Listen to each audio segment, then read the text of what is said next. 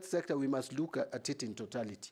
Before we even calculate how much we spend, we must find out how much national government is spending and how much county governments in total, 47 of them, because we have one country with 48 governments, which should be interdependent. So when calculating how much we spend on health, we should take it in totality and make sure that any money that is supposed to be devolved for health is devolved for health. We should not keep money at the national level here, implementing things on projects which should have actually been implemented by the counties, and have a coordination on how this is done. It may not be my exclusive, it may not be exclusive duty of this office that I'm supposed to get to. We have the Senate to oversight this. We have county assemblies, and we have and we have control of budget. We must work collectively. So that would address the issue of ring-fencing the money. We must allocate more resources to that department. Finally, Mr. Speaker, all this would only bear fruits if all agencies work together, including the the ESCC and other DCI and other agencies which help us in fighting wastage of public resources. Good. Russell. Honorable Dida Russell. Thank you very much, Honorable Speaker. Honorable John Mbadi, I think my entry is about the Treasury. Reform in Treasury is really important.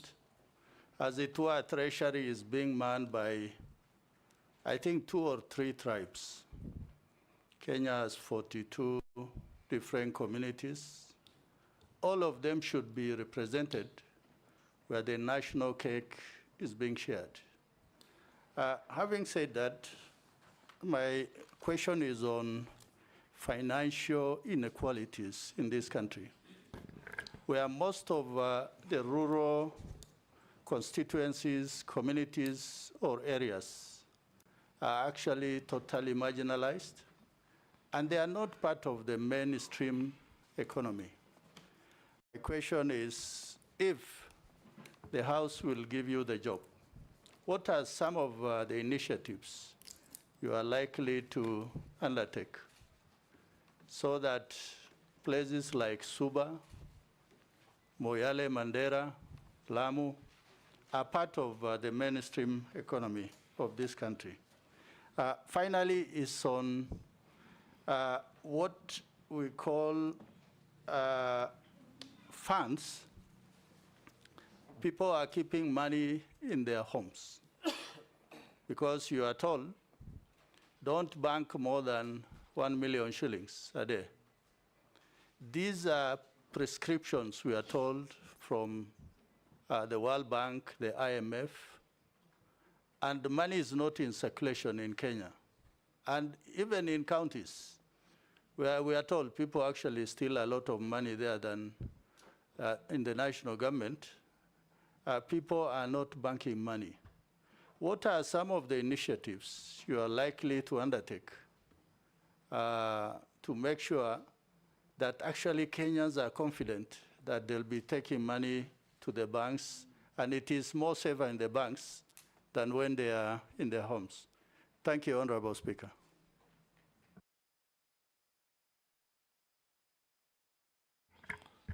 Abdi Sharia. Thank you, Mr. Speaker. Mheshimiwa John Mbadi.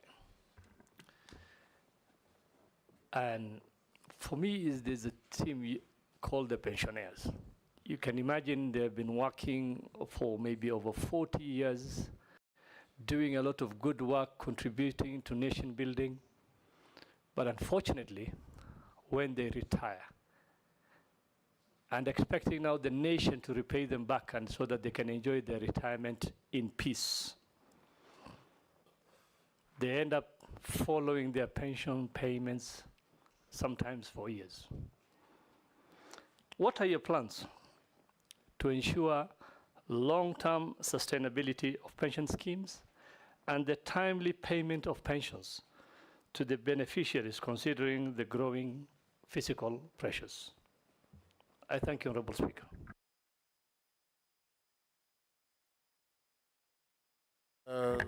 Ms. Shimbogo. Thank you, Honorable Speaker. Honorable Speaker, I have two questions, but they're very simple. My question number one to the nominee, Honorable Mbadi. You have seen recently that there have been public unrest due to economic hardship.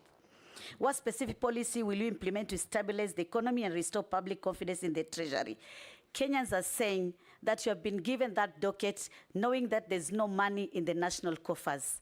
And one of the reasons they're saying that it is the appetite in terms of borrowing. Why do we borrow beyond the ceiling, which has been put using our regulation or rather policies? Why do we borrow for projects which cannot finance itself? For instance, there's this project of SGR, where we took a big loan from the Exim Bank in China, and up to date, it has been a challenge for us to finance that loan.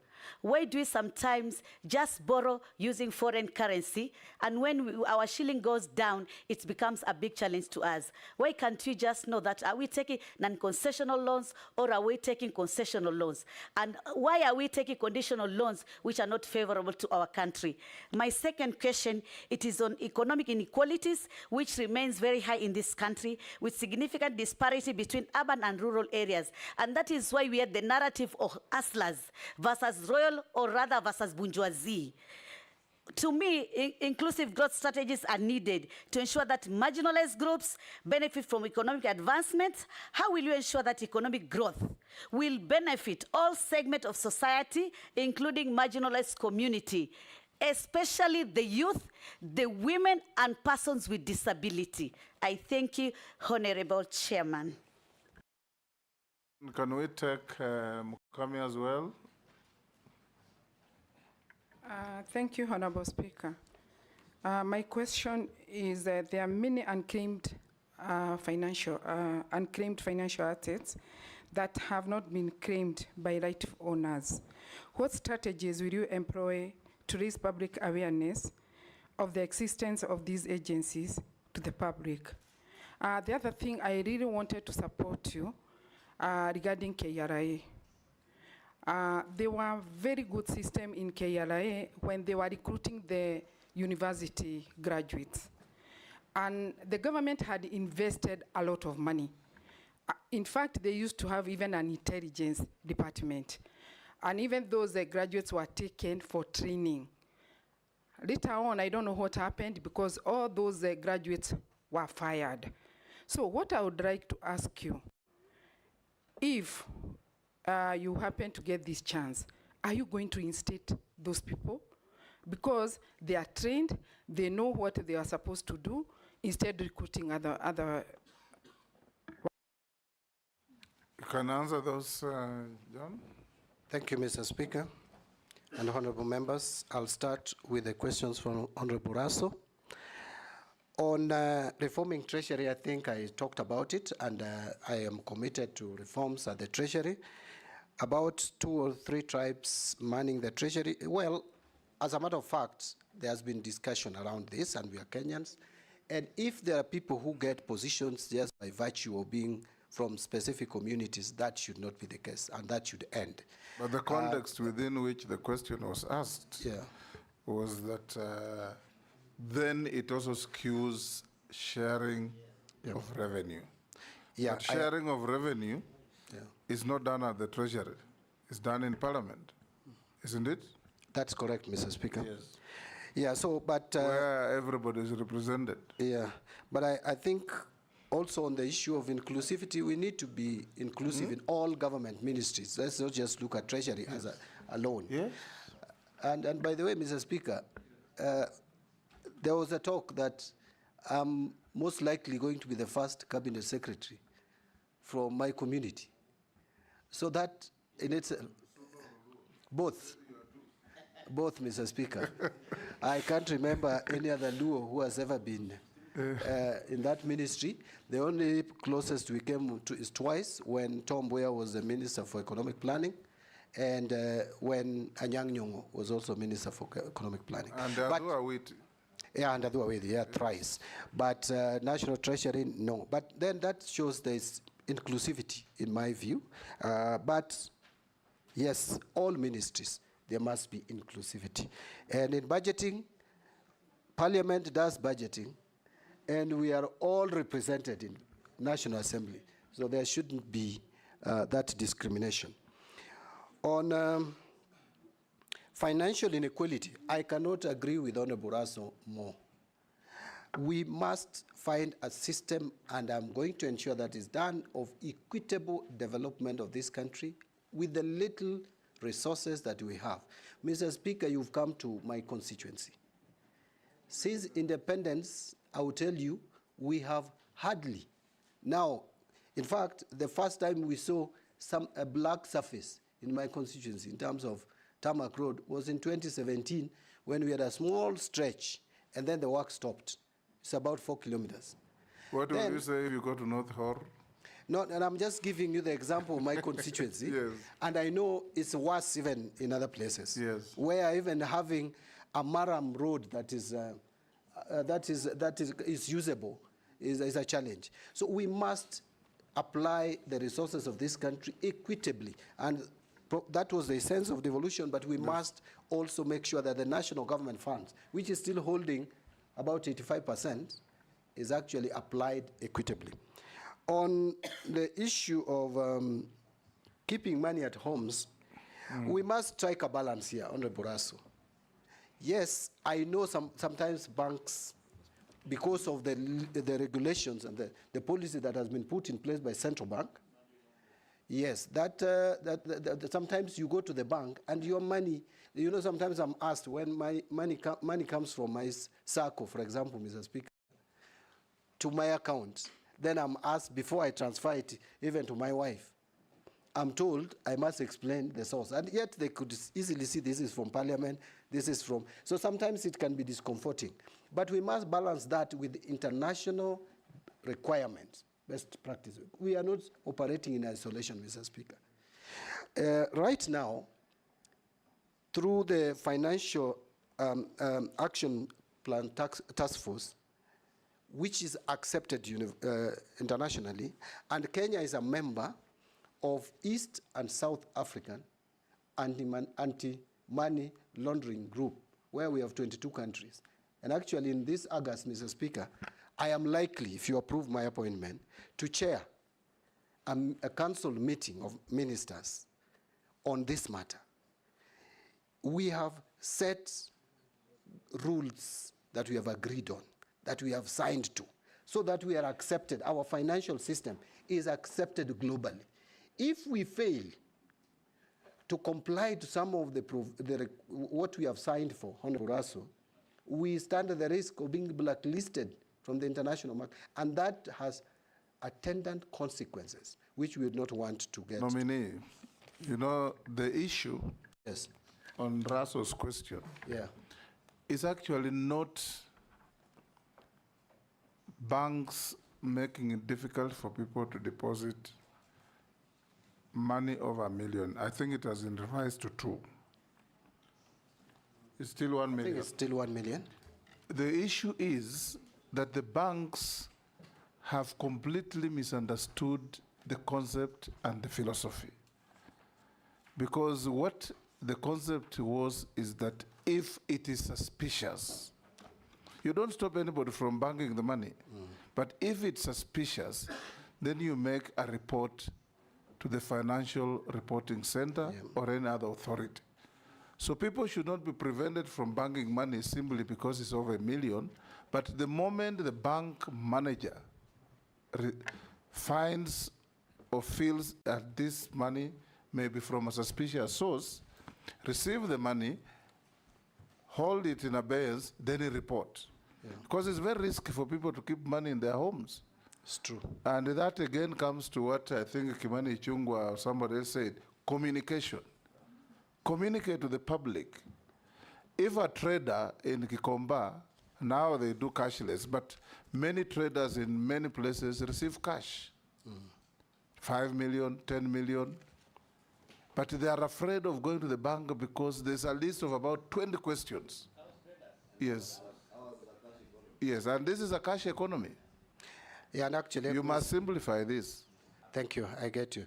Mr. Speaker, and actually it distorts our financial system completely. I agree. But Mr. Speaker, maybe allow me just to say 2 things in response to that. One is that I agree that this has been interpreted differently by banks, and we know why. I personally know why. It is because there was a period, remember the NYS scandals and those scandals, many banks were forced to pay fines. So banks became too cautious. So I think what we may need to do, or what I would do once in office, if you approve my nomination, is to have a meeting with the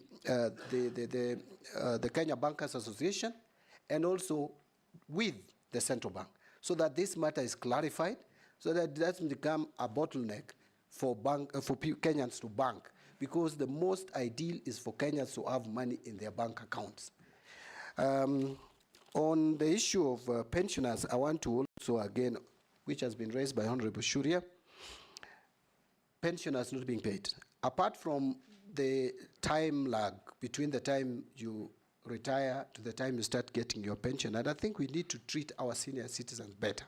You know, you have offered a service to the public. Now that you are supposed to enjoy some of the benefits of the money that was saved, or you saved, or was saved on your behalf, you need to. Mr. Speaker, in the year ending 30th June 2024, we failed as a country to pay pension to the tune of 26 billion shillings. These are Kenyans who have retired and did not get their pension. This is a matter that I want to agree, and it is something that I'd already picked up, that we will make sure that we pay pensioners as and when immediately they retire.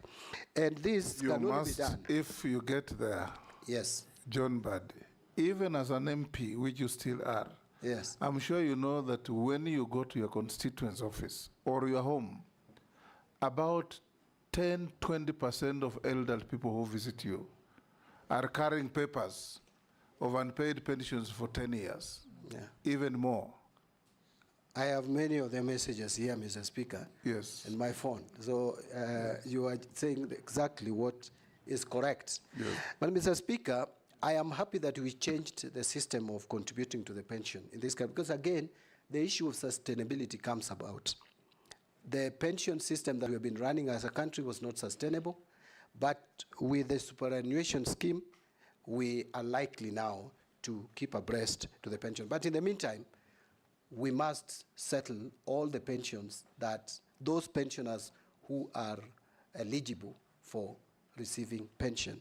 And Mr. Speaker, I want to go to the questions raised by Honorable Mboko, Mishi Mboko, the MP for Likoni.